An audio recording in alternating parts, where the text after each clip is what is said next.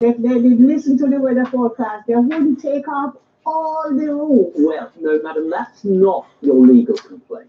No, I'm not afraid. really. And if it is, I'm afraid there's no point coming to Judge Rinder. You're better off. That's true. You're better off going to church. Do you understand? You go to church there. I do. However, what happens is when you take a roof off, naturally, especially in England, and particularly in Birmingham, it might rain. Yeah. Now, what would you expect to do?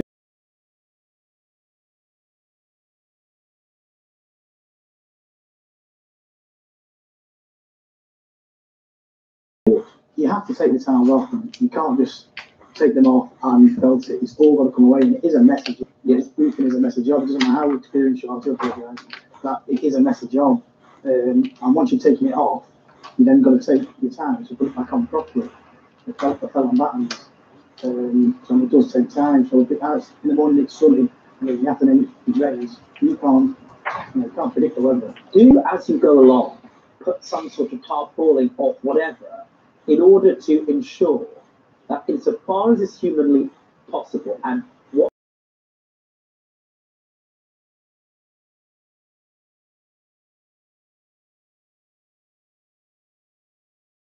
It is worth having a tarpaulin in your van, but as I said, once you've started, you can't go back. You could still come off to put it back on. You can't just start a little bit. You've got to get it all off to refit and back on it. now there was a heavy storm, there was lots of damage. I believe every single part of the damage you provided me with, you showed me with some photographs. Can I see those photographs? Let's have a look. What's your name, please? Monica, thank you for coming today. I said I didn't need help, but actually, certainly Esme doesn't. It's really, sadly, that's the only photograph that I've got. And in my judgment, it doesn't really reflect the reality of the extent of the sea that Mum was describing to me. What would you like to say, sir? Were you there every day? Just every other day, sometimes. Let me more ask than you a once day. question. Listen, sir. Yes. You're a busy man because there's lots of building going on and you're interested in doing building jobs. Keep your paper still. Were you there every day? Most days. Were you there every day? Like I said, kid, I was there most of the time. Was he there every day? No. He wasn't there. He comes now and then, just to look, see what. The roofing man came. Yeah. We came. You understand? But I wouldn't have the photographs if I wasn't there. Of course you would. Where do you think we are? This is not the 18th century. You don't send photographs by donkey mail. What's wrong with you? You don't need the photographs. That's what I was trying to refer to. As far as the felting is concerned, that was all done. I understand. That's all we could have done. I understand. Now, here's the thing. Have you seen this? What's your assessment of it, Fritz? Pull them up. Would you have done that? No. Why not? That's how you've got to do it, but you don't have to be an expert or a roofer to see the standard of that work. That's your point. In other words, not a roofer, wasn't there every day. I think he does good jobs elsewhere. Explain to me why that is not the way that you would apply that protection for the roof. Well, the felt that's untidy, the buttons are all gauged wrong, it looks a mess. Top 3 complaints, sir, about that. The standard of work, Why? it looks very rough. The gauging of the buttons are all over the place. It's a mess. It's messy. In other words, in your experience and professional assessment, is the fact that water ended up in the house to do with the fact that that has happened? Yes. Thank you. Now, what I don't understand, Esme, is this, that in July, you had all sorts of damage, but by the way, I take it very, very seriously. You paid him a further £3,000. Well, he said he finished. I didn't leave after he reached. Yes, but that was after your house had been I flooded. know. That So was why- he started threatening. Yes. He phoned me. Esme, listen to me something for a second. You handed over £3,000 because he told you he'd finished. Yes? Do you think that was the best thing to do in the I circumstances? regret it until today. No. You just said to me that you handed that over because somebody threatened you. Isn't it? I believe many things in the world, trust me. But one thing I feel very sure about, because I know, is nobody threatens Esmond. Not, I wouldn't say threatening, but You did say threaten. well, yes, that's what I mean. He didn't confident. He phoned in the China. He never come to me phone and said, I should give him that money because the job is finished. You should have said rearrange the words no and I no. should. 27th of July, I'm going to fast forward now. So just bear with me. A building inspector comes and you paid £140 for that, correct? That's right. And the building inspector did an assessment. What was the assessment of the building inspector? First he said the flasher on the chimney, he used the old flasher that's been on the chimney. That was there before. What does that mean, please? It's the lead on the chimney. The lead on the chimney. Do you have the conclusion of that building inspector with you, please? Yes. Now, just to be clear, this is not the first time the building inspector has been, correct? No. The building inspector came the first time but couldn't form an assessment. Why not? Because he do a little assessment outside and he says like the thing on the chimney was bad. And most of the time at the front didn't have any line being underneath it. Well, let me tell you what he says.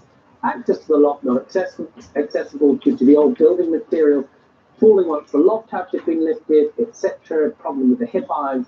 The lead is split behind the chimney. Access to loft reveals insufficient insulation and with debris everywhere. Insulation will be provided.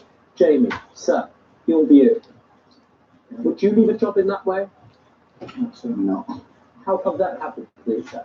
Just when we were told that obviously ESMA asked the building inspection to be done, we requested it would be best if anybody's finding it difficult to go into the hatch, is to let us know when they're going to be coming. So we will obviously leave the way if they want to go into the hatch itself, into the loft. Would you expect it for it to have been removed in any event? The debris would, yes, needs to be removed. Why? Because it's come from the roof. Now, moving from September, you paid how much so far, as been? To Billy, how much? Billy, 4,900. It's £4,900 for the room. Yes, is that correct? That's right. What else is contained in that claim? £140 for the devices inspection. Understood. I'd like to come please now to your counterclaim. Sir, you're claiming £1,400. I'd like you to explain the counterclaim and also if there is anything you'd like to add in response to what has been said. Judge, the £4,200 was paid towards the roof. £700 was for the purlins. The remaining £900 that was contracted for the facial and guttering. Agreed, it was not in writing, but it was all explained and agreed verbally. You're suing for how much? £1,400. The £900 is for the facial and the guttering that was contracted to be added on. To complete that facial, is that Yes, it? sir. Picture. Let me see. And also, let me see the written contract for it. Well, I've already said so. We haven't, I mean, we all were verbal on that. All verbal. Did you get facial and guttering? No, when he come to look at the job, to quote the job, I say to him, which I say to the three estimates I got, is that include facial and guttering? And they said, oh no, your facial and guttering is fine. It doesn't need a new one. Where give us the facial and guttering and the contract? All I'm saying, the facial and guttering was not what we were contracted to do. I believe you. I believe you, sir. You've not put in.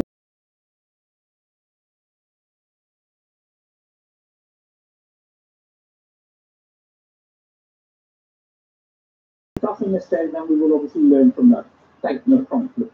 But as far as the job was concerned, there's 3 facials and guttering was done. We went extra beyond certain things. And as far as the roof is concerned, one couple of things that I would like to add here is since we've done the job, has the roof leaked? You think that's the test? No, I mean, obviously... I built you a house.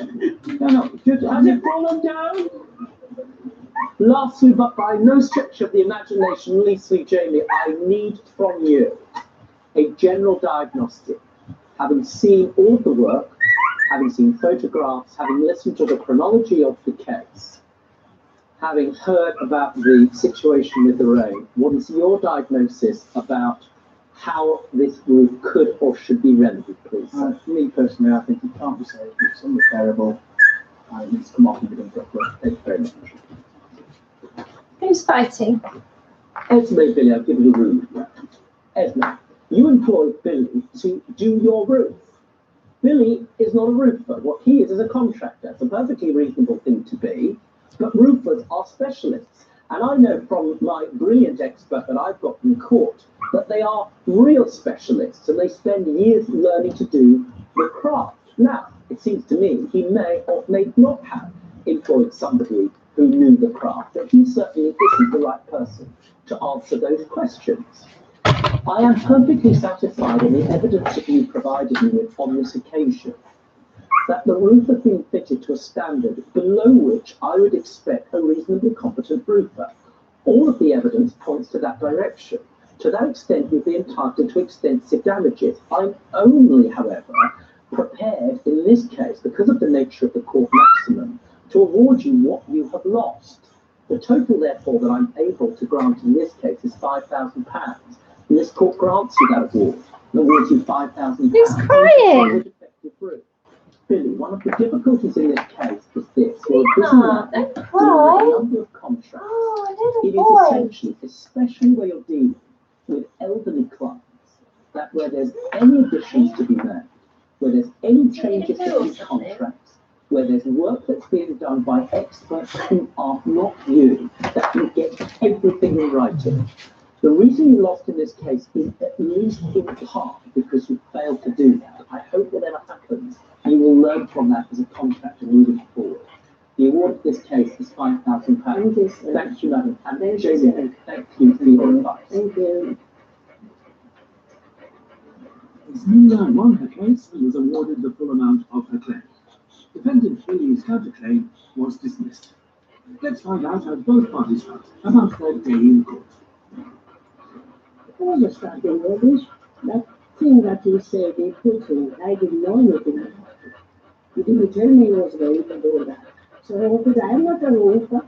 Edna, you've had the roof done. The job is fine. If you would have had another expert, there was a thunderstorm. You could have not started that job on the whole house were included, obviously on a technical basis. We were leaving ourselves open to a rebuild. She was a very clever lady. She was a very astute lady. She was not that. And she knew, now the downside of it. Rain coming to the ceiling. It's still there. Nobody will do it. The law. The law. Run along. How far can you run to? Run along. How will it be? I just need a moment. Let me explain to you why. I'll come back to you.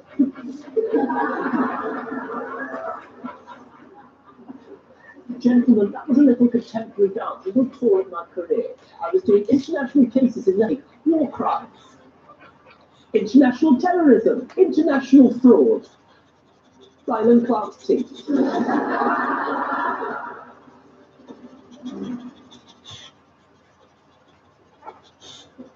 It's time for someone to listen to my side of things. This programme is sponsored by Patient Claim Line, medical negligence specialists. Okay, TV fans, how many of these themes do you recognise? Okay, start it up.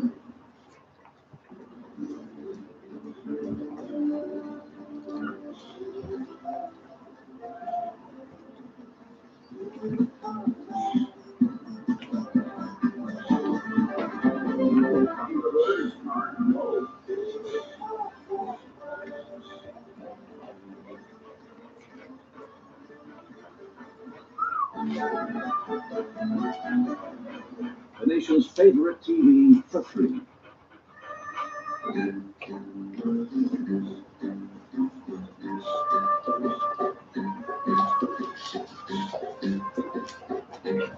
Make the impossible cleaning possible with the Culture Window Bag, the effortless way to strip through windows. Mission Impossible Fallout, only in cinemas. issues to teach. What makes fireworks different? Right, we're going to increase the pressure. You bold, you're very hungry. The Navi is a move.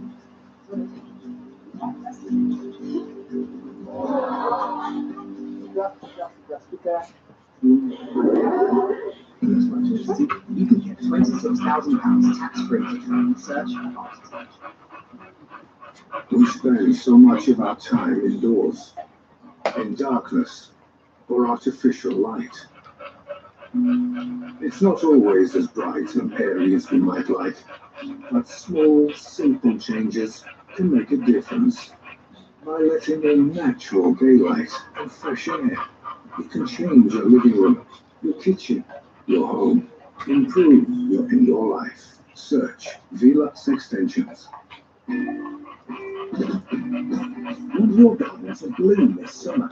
Try out the Celia Demara Busy Lizzies, new and exclusive to B&Q, at just £10 for 4 packs, plus everything else you need to get growing. You can do it when you're B&Q it. Right now, at victoriaswap.com, you can save up to 50% and take an extra They're gorgeous. 20% off our sale prices. Well, hurry, saving must end Wednesday. At Morrison's, all these 5-litre kegs of beer and cider are £10 each. Morrison's. Do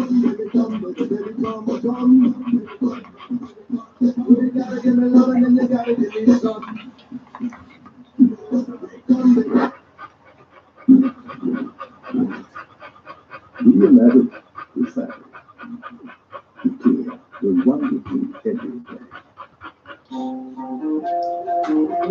At LV, our car insurance comes from the heart. That's why we've made our new our cheapest way to get covered for your household when you switch to LV. So, just imagine if you insure 2, 3 or more car trips, how much you could save. And to get an exclusive multi-car discount from the rich insurance provider from here, go direct to lv.com.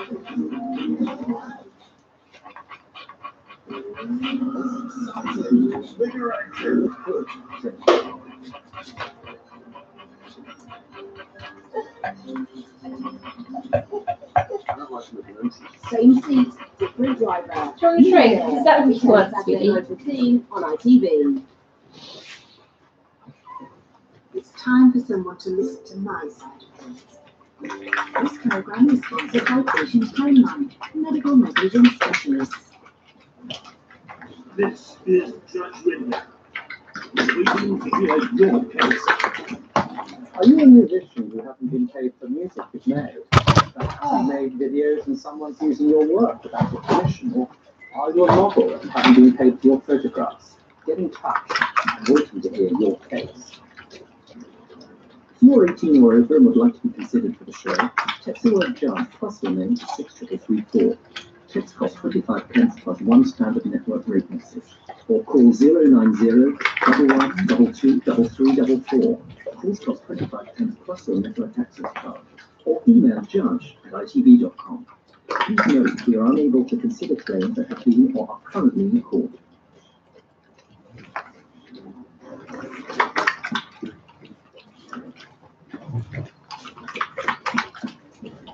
Rob is in court to claim £1,000 owed on the loan he made for his pen.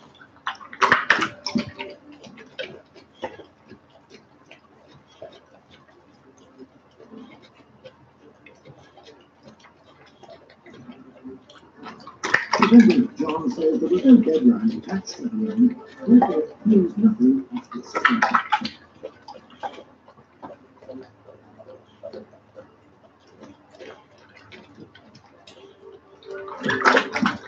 Now, do I have Rob here?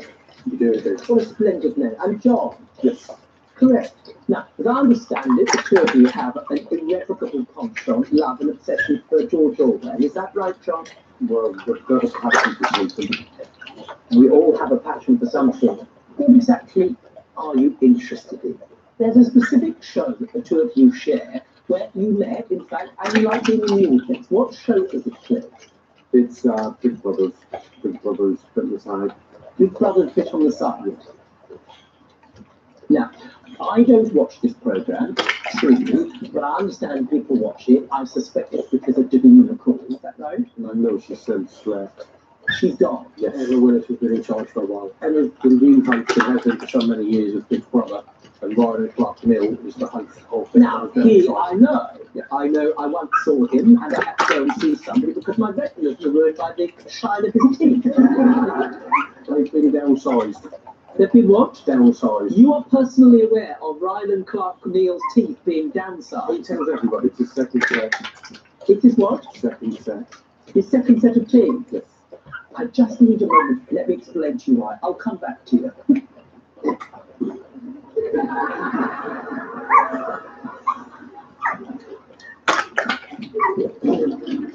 Gentlemen, that was a little contemporary dance, a good tour of my career. I was doing international cases in The Hague, war crimes, international terrorism, international fraud, Ryan Clark. Now, you met, as I understand it, in the audience of Big Brother, correct?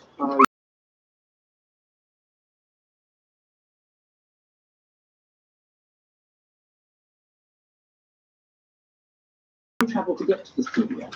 About an hour and 20 minutes drive. An hour and 20 minutes drive.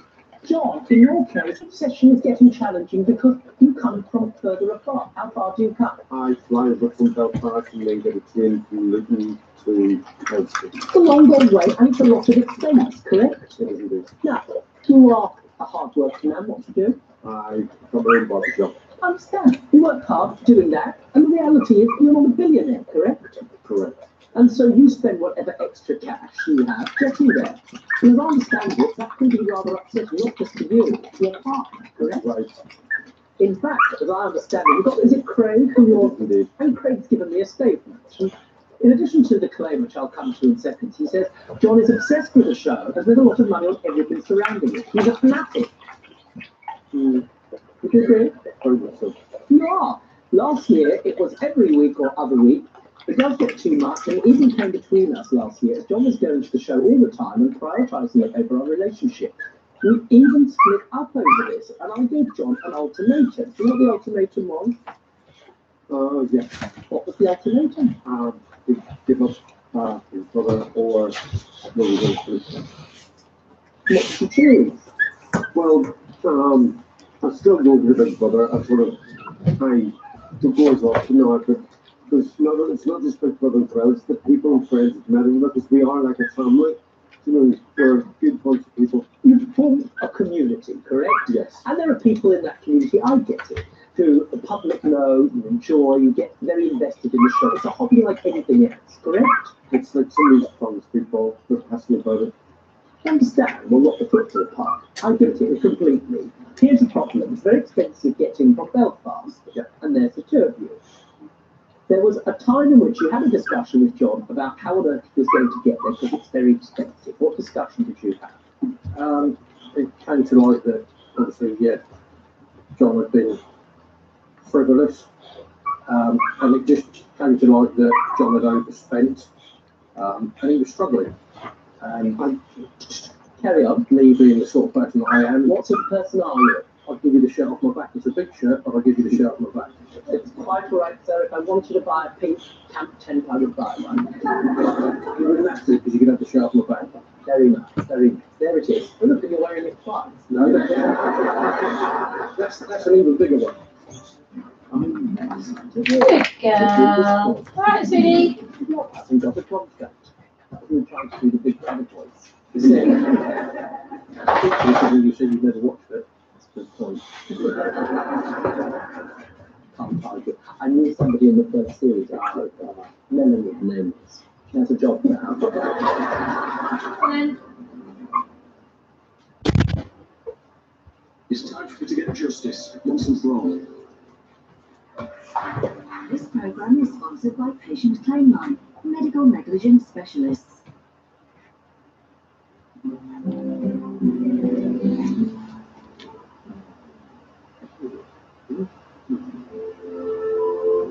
Oh, Lord. It puts up with a lot. say 15.5 will bring it back to life. And with 100% natural ingredients, it makes it greener and thicker. A safer way to feed your lawn. Westwood Safe Lawn. Okay, TV fans, how many of these themes do you recognize?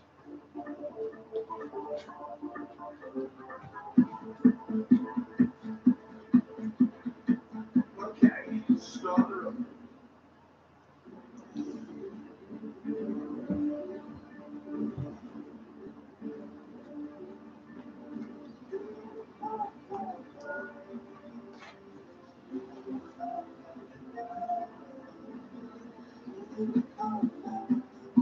Magic.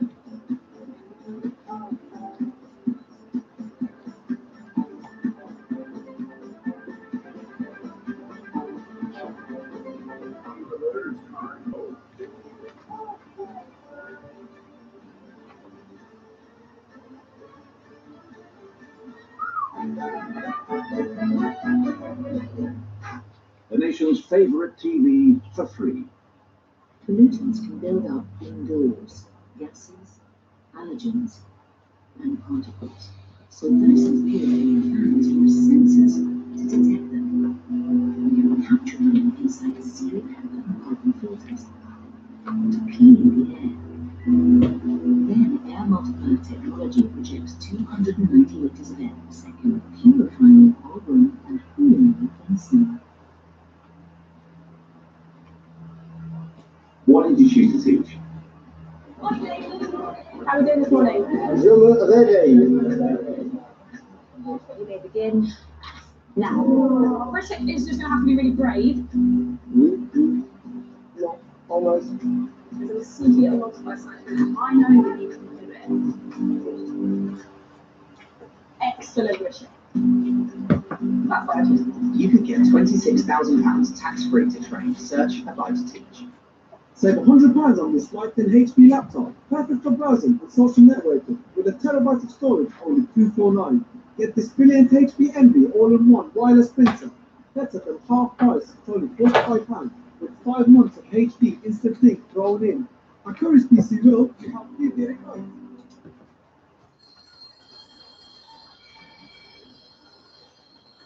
A sale worth waking up for. The Dreams Up to Half Price Sleep event is here, where there's free delivery, and this bank holiday there's extra offers till Monday. With only 5 days left, the clock's ticking. That's what dreams are made of. At Morrison's, all these wines and many more are any two for £10. Morrison's. Get 15% off home insurance exclusively at Money Supermarket. 7 years ago, I was sent to prison for something that I did not do. You used to think of hell. I did, yes. I'm sure that you just get it out. That man makes me. I've had 7 years of my life stolen, and now I want justice. New drama, Innocent, starts Monday the 14th of May on ITV. It's time for me to get justice once and for all. This programme is sponsored by Patient Home, medical negligence specialists. This is Judge Rinder. He's waiting to hear your case. Did your big day end in disaster with a cake, car, or dress that was less than satisfactory? Perhaps your children's party was let down by a supplier and became a big flop. Or maybe you're still waiting for money for an eventual service that you've provided. Get in touch. My court clerks want to hear your case now. If you're 18 or over and would like to be considered for the show, text the word judge plus your name to 624. Text costs 25 pence plus one standard network rate message. Or call 090 11 22 Calls cost 25 pence plus your network access charge. Or email judge@itv.com. Please note we are unable to consider claims that have been or are currently in court.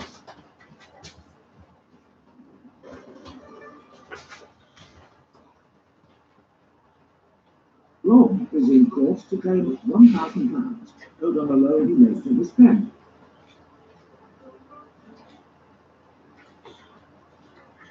Defendant John says there was no deadline attached to the loan Therefore, he owes nothing at this time.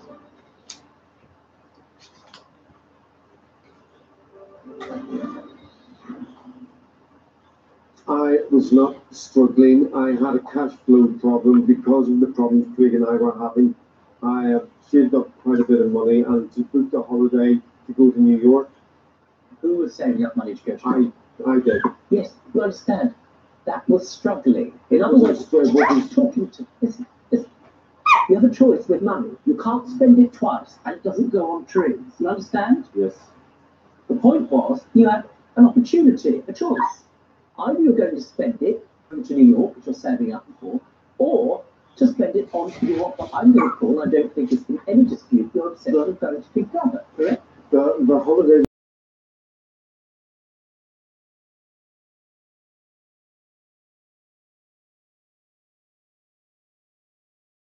No, they said, well, honestly, you can have it. You can pay me back on your feet. Exactly your Yes, but he lent me it. He didn't say when he wanted the money back. I just paid £4,500 for a holiday. Sorry, did something happen? It's £4,500 for a holiday. That's none of your business. Either you just campy farted or something happened. £4,500? Yes, I just wanted to make it special for Craig and I after the trouble we had the year before. Is that correct? No, the conversation was that John had overspent, and like I said previously, did you offer him the money? yeah, once you came out of the conversation, I did offer him to. Right, I've got no money, I can't come because I'm going to New York or wherever it is I'm going, I care not. What did you say? What did you offer? I said to him, you know, you're going to be over for 2 weeks, so you're going to need enough for your flights, your accommodation, your food, your drink, and etc. etc. So I'll give £1,000. That's an offer. £1,000, correct? Now, here's the important thing. Talking. Did he offer you £1,000, yes or no? He did. And you said, thank you very much, that's a desperately kind offer. Much as I enjoy the repartee of being in the audience, the simple reality is I've spent it elsewhere. I refuse to take your offer of £1,000. Did you say that? I did say to him I couldn't accept it from what said it was there. Talking! And so therefore, Rob, using your pink shirt over there, you took it off. And you lassoed it round, and you made it into a tourniquet of some description. You held him down, and while sitting on him, you forced him to take the money. Is that right? I did. I twisted both his arms behind his back as well. Did you do that? No. How did you end up getting the money then? He insisted that because he knew how much I really wanted to go. But I think what Rob's point of all this is he never said whether to give it back. I knew I had my holiday coming up that had savings to come on, so it would have been after that. But what Rob, because I ended up extending my first stay and spending the money on the going 1 week instead of 2 weeks, he then called in the cards and he wanted his money back, which I think was a wee bit underhand as we had planned when I came back from holiday. Give him £1,000, sir. Now, here's the important thing. When you gave it to him, where is the piece of paper saying, I hereby lend you £1,000 and I want it back on such and such a date at these instalments and please sign here? Where is it? That was never. I didn't ask you any questions. It was a verbal agreement because I'm old school, and if I give my word, then, you know, my word's my bond. A handshake was good enough. I understand, but that doesn't work, you see, in court. To do it, you judge in this court. Rob hasn't got a contract. That was me trying to do the Big Brother voice. You see? That's good considering you said you'd never watched it. That's a good point. Can't argue. I knew somebody in the first series, actually. Melanie, her name was. She has a job now.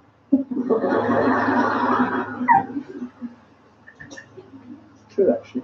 Now, point is this.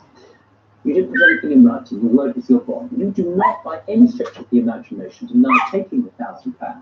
Your point is twofold in your. One, it's not an enforceable contract. Two, there was no precise date for return, correct? I'm asking you a question, not you. When did you want to return the money? I wanted to return the money after I came back from my holiday, but when did you specify it had to be returned? 4 to 6 weeks. It was on an open telephone call that my wife heard, Correct, I have a statement from her. This is your wife, Gemma. My husband, Rob, on the 12th of July 2017, lent John some money as he was short of cash to fly over from Belfast and pay for hotels to be on BBB bots. Oh, I understand. Rob asked John if he was coming over to meet like they always do when BB is filming, but John said he was going on holiday to New York and would be able to afford it. In other words, your wife corroborates exactly what he says. Now, it's important. Rob lent £1,000 to John in cash. It's accepted by both parties. Rob wanted the money back, though, in 4 to 6 weeks, but he's yet to get that back. Now, this tells me that you wanted the money back in 4 to 6 weeks. Right. It doesn't say that you communicated that. I'm going to assume, however, for argument's sake, that you did. Is his wife correct? Did he say that? I cannot recall. That's so ridiculous. Of course you can recall. When conversations Rob and I have, when Jill and have a glass of wine or two, you know, What do you mean the only time you can cope with him is when you're drunk? well, that helps. That helps. Oh, dear. now, in respect to the £1,000, I know you had to get there, you had to have some accommodation. Was it filmed? Is it in Elstree? Yes, it is. Well, I spent, believe it or not, quite a lot of time around there. Where on earth, we don't have to spend a fortune to stay around. It's not that I stayed in the iBest, but because I extended my stay, I had to pay at short notice. So what else did you spend the £1,000 on? Well, I had to buy a jacket because I wasn't going to wear the same coat twice. You spent some of the money on clothes.